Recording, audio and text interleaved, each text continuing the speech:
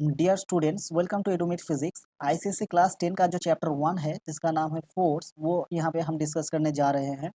हमारा जो टारगेट है वो है ICSC class 10 board, ICSC 10th board exam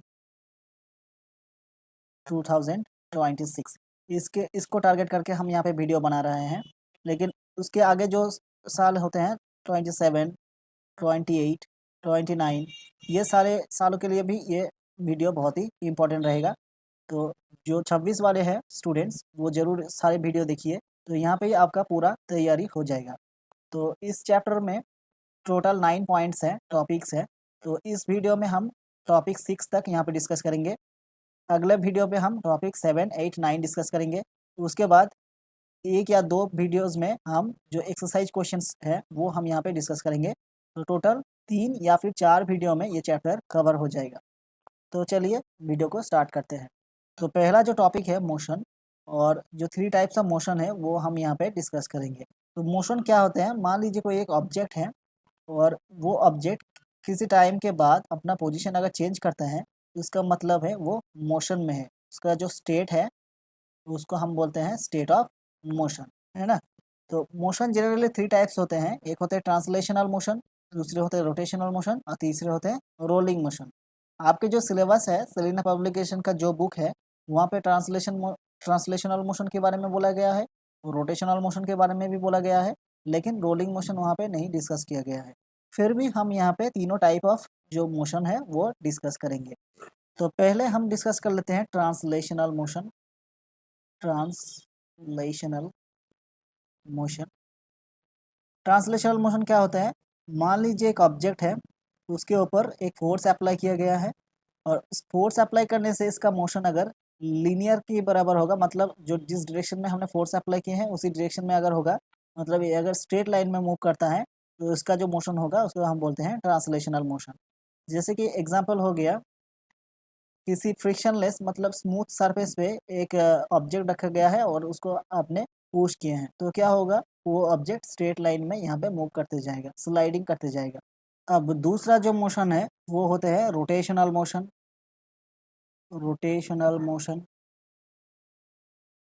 मान लीजिए किसी एक ऑब्जेक्ट है, उसका एक एंड हमने यहाँ पे फिक्स कर दिए हैं, मतलब पाइवोटेट कर दिए हैं, फिक्स कर दिया है।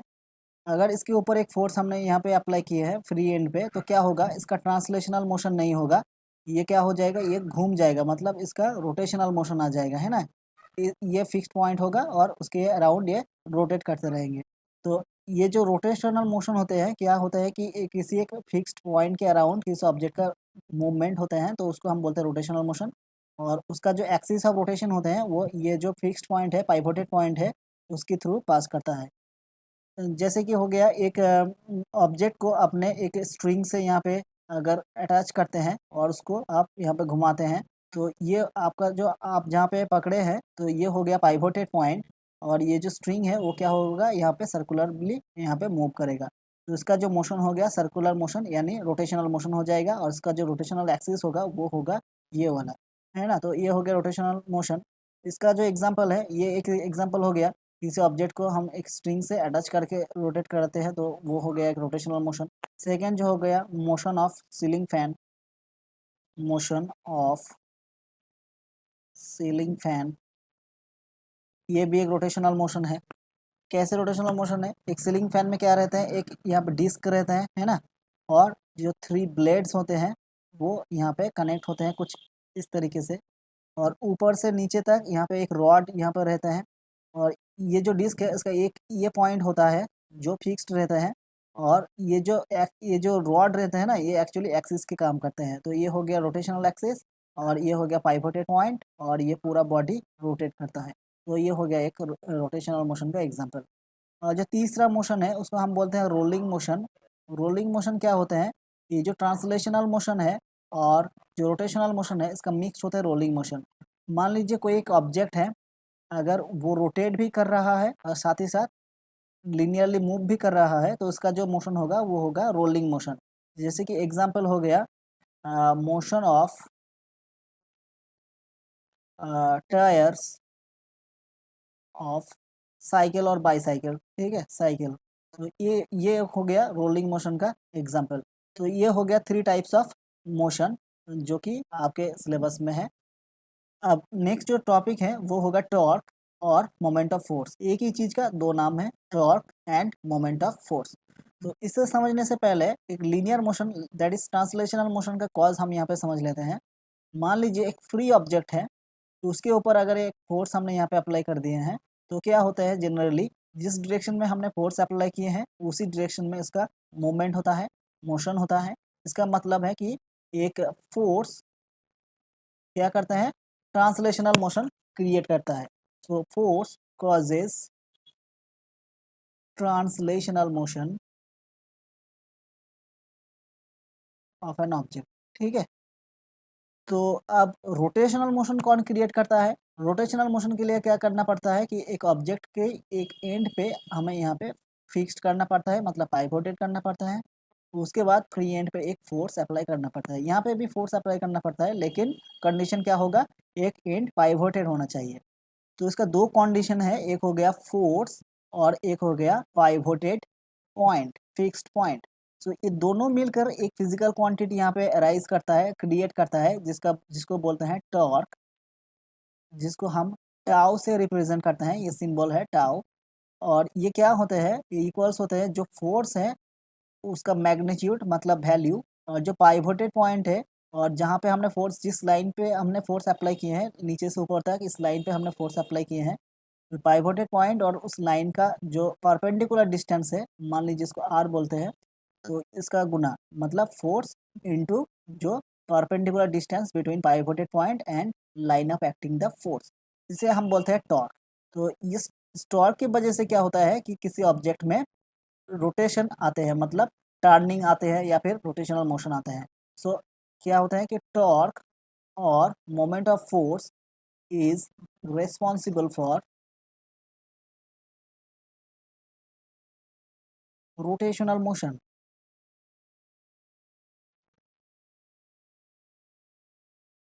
तो टॉर्क का यूनिट क्या होगा यहाँ पे, टॉर्क का जो यूनिट आएगा मतलब मोमेंट ऑफ फोर्स का यूनिट क्या होगा यहाँ पे, फोर्स का यूनिट इंटू डिस्टेंस का यूनिट मतलब न्यूटन इंटू मीटर आएगा, है ना। और सीजीएस यूनिट क्या होगा, डाइन इंटू सेंटीमीटर आएगा सीजीएस यूनिट, है ना। तो ये हो गया मोमेंट ऑफ फोर्स यानी टॉर्क। तो एक और फिजिकल क्वांटिटी है जिसको हम बोलते हैं वर्क डन, जिसको हम डिफाइन करते हैं फोर्स इंटू डिस्प्लेसमेंट से। तो इसका भी यूनिट है न्यूटन इंटू मीटर। तो कभी कभी एग्जाम में पूछ लेते हैं कि टॉर्क का जो यूनिट है वो किस फिजिकल क्वांटिटी के यूनिट से मिलता है, तो वो होते हैं वर्क डन। तो इसके बारे में हम अगले चैप्टर में डिटेल में पढ़ेंगे। अब यहाँ पे एक चीज़ आते हैं जिसको हम बोलते हैं positive torque and negative torque, मतलब positive moment of force and negative moment of force. अगर कोई मोमेंट ऑफ फोर्स किसी ऑब्जेक्ट को एंटी क्लॉक डायरेक्शन में, एंटी क्लॉकवाइज डायरेक्शन में रोटेट कराता है, तो उसे हम बोलते हैं positive torque, that is positive moment of force. जैसे कि मान लीजिए यहाँ पे पाइवोटेड है, इस रॉड का पॉइंट है और यहाँ पे हमने एक फोर्स अप्लाई किए हैं। तो ये जो टॉर्क है, यहाँ पे जो मोमेंट ऑफ फोर्स है, तो वो क्या करेगा, उसको एंटी क्लॉक डायरेक्शन में रोटेट कराएगा। तो ये जो मोमेंट ऑफ फोर्स है, तो उसे हम बोलते हैं पॉजिटिव मोमेंट ऑफ फोर्स। और उसी तरह अगर इस ऑब्जेक्ट पे हम ऊपर से नीचे एक फोर्स अप्लाई करें, तो ये जो टॉर्क है, ये टॉर्क क्या करेगा, इसको इसको क्लॉकवाइज डायरेक्शन में रोटेट कराएगा, है ना, इस तरीके से। तो ये जो मोमेंट ऑफ फोर्स है इसे हम बोलते हैं नेगेटिव टॉर्क और नेगेटिव मोमेंट ऑफ फोर्स। अगर मोमेंट ऑफ फोर्स का एग्जांपल अगर हम देखें तो क्या होते हैं, इसको इरेज करते हैं। मान लीजिए एक डोर है, डोर का क्या होता है, एक एंड यहाँ पे पाइवोटेड होते हैं और हम यहाँ पे पुश करके डोर को ओपन करते हैं या फिर क्लोज भी करते हैं यहाँ पे पुल करके, है ना। तो ये एक एग्जांपल हो गया टॉर्क का, मतलब मोमेंट ऑफ फोर्स का। तो अगला जो टॉपिक है वो होगा couple end moment of couple. तो हमने अभी अभी देखा है कि अगर किसी ऑब्जेक्ट का एक एंड पाइवोटेड है और दूसरे एंड पे हमने एक फोर्स अप्लाई किए हैं, तो इसके ऊपर एक टॉर्क एक्ट होते हैं जो होते हैं फोर्स इनटू जो पाइवोटेड पॉइंट से जो फोर्स का लाइन ऑफ एक्टिंग है उसका जो डिस्टेंस मान लीजिए एल, उसका जो गुना होते हैं फोर्स इनटू एल, वो हो जाता है यहाँ पे टॉर्क। लेकिन ये जो एक्सटर्नल फोर्स है, अप्लाइड फोर्स, ये यहाँ पे अकेले एक्ट नहीं होता। ये फोर्स अप्लाई करने से एक रिएक्शन फोर्स यहाँ पे अराइज होते हैं पाइवोटेड पॉइंट में, जो होते हैं इसका इक्वल एंड ऑपोजिट। तो क्योंकि ये दोनों फोर्स एक साथ यहाँ पे एक्ट होते हैं, तो इसीलिए इसको दोनों को मिला के बोला जाता है कि couple of force, that is couple, है ना। तो ऐसा अगर कोई सिस्टम होते हैं जहाँ पे दो एंड में दो force equal and opposite direction में एक्ट करते हैं, तो उसे हम बोलते हैं कपल। और उसकी रिगार्डिंग जो टॉर्क, टोटल टॉर्क हमें मिलते हैं, उसको बोलते हैं मोमेंट ऑफ कपल। तो एक वैसा सिस्टम हम यहाँ पे ड्रॉ कर लेते हैं। यहाँ पे पाइवोटेड पॉइंट हमने मिडिल पर रखा है और एक फोर्स इस डायरेक्शन में हमने अप्लाई किए हैं और दूसरा एक फोर्स यहाँ पे इस डायरेक्शन में अप्लाई किए हैं। तो बिल्कुल ऐसा एक सिस्टम हो गया, सिर्फ पाइवोटेड पॉइंट यहाँ पे मिडिल में है। तो इस फोर्स की वजह से इसके ऑपोजिट डायरेक्शन में, मतलब डाउनवर्ड डायरेक्शन में, एक रिएक्शन फोर्स अराइज होगा जो कि इसकी बराबर होगा एफ, है ना। और इस फोर्स की वजह से इसके ऑपोजिट डायरेक्शन में, मतलब ऊपर की डायरेक्शन में, एक और फोर्स अप्लाई अराइज होगा जिसको बोलते हैं एफ। इक्वल होते हैं, तो ये दोनों फोर्स इक्वल होते हैं और ऑपोजिट होते हैं और एक ही पॉइंट पे एक्ट होते हैं, तो इसीलिए कैंसिल आउट हो जाते हैं। तो अल्टीमेटली हमें ये एक फोर्स मिलेगा टोटल फोर्स इस सिस्टम में। मान लीजिए ये हो गया L1 डिस्टेंस और ये हो गया L2 डिस्टेंस। तो यहाँ पे हमें दो टॉर्क देखने को मिलेगा। राइट साइड में उसको हम लिखते हैं टाउ 1, जो होते हैं F×L1। लेफ्ट साइड में जो टॉर्क एक्ट हो रहा है उसको हम बोलते हैं टाउ 2, जिसको हम लिख सकते हैं F×L2 बोल के। तो टोटल जो टॉर्क हो गया इस सिस्टम में, वो हो गया टाउ 1 प्लस टाउ 2, इसका मतलब F×L1 प्लस F×L2। यहाँ पे F कॉमन ले लेते हैं तो आते हैं L1 प्लस L2। और ये जो L1 प्लस L2 होते हैं वो क्या होते हैं, यहाँ से लेके यहाँ तक डिस्टेंस जो रॉड का टोटल लेंथ होते हैं, है ना। तो उसको हम मान लेते हैं L, तो F×L। तो ये हो गया total torque in this system. क्योंकि यहाँ पे दो फोर्स की वजह से हमें मोमेंट ऑफ फोर्सेस मिल रहा है दो, तो इसका मतलब ये हो गया मोमेंट ऑफ कपल। दो फोर्स के लिए हम यहाँ पे मोमेंट ऑफ कपल बोल लेते हैं, है ना। तो इसको, ये हो गया equation of moment of couple. तो इसका भी यूनिट क्या होता है, मोमेंट ऑफ कपल के यूनिट क्या होते हैं। एक ही यूनिट रहेगा, force into distance, that means newton into metre. और सीजीएस में डाइन इंटू सेंटीमीटर रहेगा इसका यूनिट, है ना। तो अगला जो टॉपिक है यहाँ पे हम पढ़ेंगे स्टैटिक इक्विलिब्रियम और डायनामिक इक्विलिब्रियम के बारे में। अभी हमने पढ़ा है कि एक फ्री बॉडी पे अगर हम फोर्स अप्लाई करें तो उसका ट्रांसलेशनल मोशन होते हैं, ट्रांसलेशनल मोशन होते हैं। अगर किसी ऑब्जेक्ट पे हम टॉर्क या फिर मोमेंट ऑफ फोर्स या फिर मोमेंट ऑफ कपल अप्लाई करते हैं तो उसका रोटेशनल मोशन होते हैं, है ना। तो अब इक्विलिब्रियम क्या होता है कि एक ही स्टेट में रहना, है ना। एक ही स्टेट ऑफ रेस्ट या फिर एक ही स्टेट ऑफ मोशन में रहना। मतलब वो अगर रेस्ट में है तो रेस्ट में ही है, अगर मोशन में है तो एक ही वेलोसिटी में, एक ही डायरेक्शन में मोशन में है। तो ये दोनों चीज हो गया इक्विलिब्रियम। ये हो गया स्टैटिक इक्विलिब्रियम, क्योंकि रेस्ट में ही है। और ये स्टेट ऑफ मोशन में है और वही मोशन यहाँ पे मेंटेन कर रहा है, तो इसको हम बोलते हैं डायनामिक इक्विलिब्रियम, है ना। अब ये होगा कैसे, मान लीजिए एक ऑब्जेक्ट है जिसके ऊपर एक फोर्स अप्लाई किया है इधर और इक्वल फोर्स अप्लाई किए हैं ऑपोजिट डायरेक्शन में। तो इसका जो नेट फोर्स है वो क्या हो जाएगा, F-F, क्योंकि ऑपोजिट डायरेक्शन में है और इक्वल है तो ज़ीरो आ जाएगा। तो अगर किसी सिस्टम में नेट फोर्स ज़ीरो होते हैं तो वो इक्विलिब्रियम में आएगा। अगर ये रेस्ट में है तो स्टैटिक इक्विलिब्रियम बोला जाएगा, अगर ये मोशन में है तो इसका जो इक्विलिब्रियम है वो डायनामिक इक्विलिब्रियम होगा।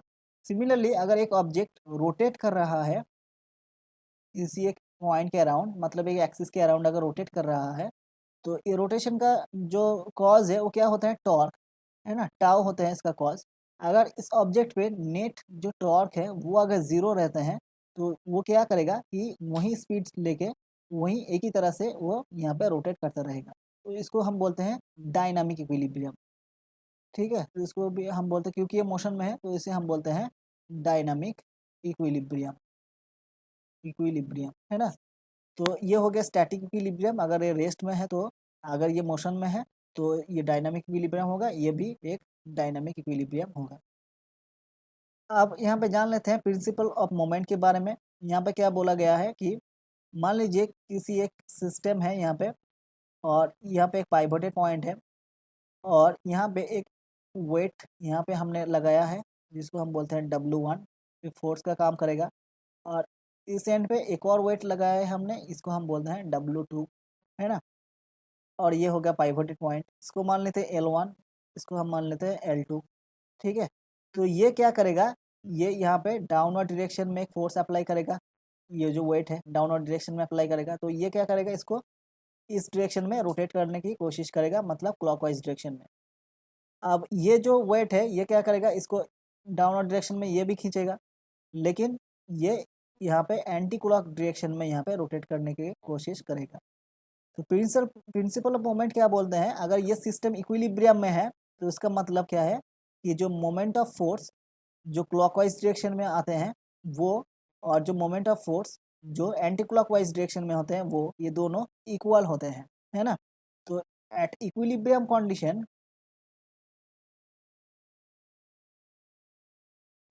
जो मोमेंट ऑफ फोर्स है, मतलब पॉजिटिव मोमेंट ऑफ फोर्स, और ये हो गया नेगेटिव मोमेंट ऑफ फोर्स, ये पॉजिटिव है और ये नेगेटिव है।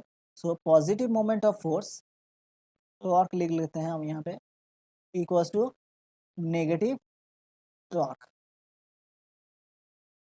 तो पॉजिटिव टॉर्क क्या है, जो एंटी क्लॉकवाइज डायरेक्शन में रोटेट कर रहा था, मतलब ये पॉजिटिव टॉर्क है ना।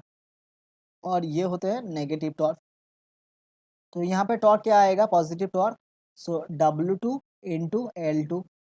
और पॉजिटिव और नेगेटिव टॉर्क क्या आएगा, W1 इंटू L1। ये हो गया इसका मैथमेटिकल इक्वेशन। इक्विलिब्रियम कंडीशन में ये दोनों टॉर्क इक्वल होते हैं। तो प्रिंसिपल ऑफ मोमेंट का जो स्टेटमेंट रहेगा वो होगा कि at equilibrium condition sum of anti clock, that is positive, anti clock moments, जो मोमेंट एंटी क्लॉक डायरेक्शन में एक्ट होते हैं, equals to sum of clockwise moment. ये होते हैं प्रिंसिपल ऑफ मोमेंट। ऑब्वियसली ये इक्विलिब्रियम कंडीशन में होगा, ठीक है, इक्विलिब्रियम में होगा। तो जो बीम बैलेंस होते हैं, बीम बैलेंस वो यही प्रिंसिपल पे वर्क करते हैं। स्प्रिंग बैलेंस भी सिमिलर ये प्रिंसिपल में वर्क करते हैं। तो ये हो गया इसका एप्लीकेशन, प्रिंसिपल ऑफ मोमेंट का एप्लीकेशन। आज की वीडियो बस यहीं तक रहेगा। जितने हम डिस्कस किए हैं उसके रिगार्डिंग जो जो इम्पोर्टेंट क्वेश्चंस हैं वो यहाँ पे हमने लिस्ट कर दिए हैं। इसको आप 1 बाय 1 क्वेश्चन और उसका आंसर आप अपना शीट में लिख लीजिएगा, और नोट्स की तरह यहाँ पे आप इसको यूज़ करेंगे।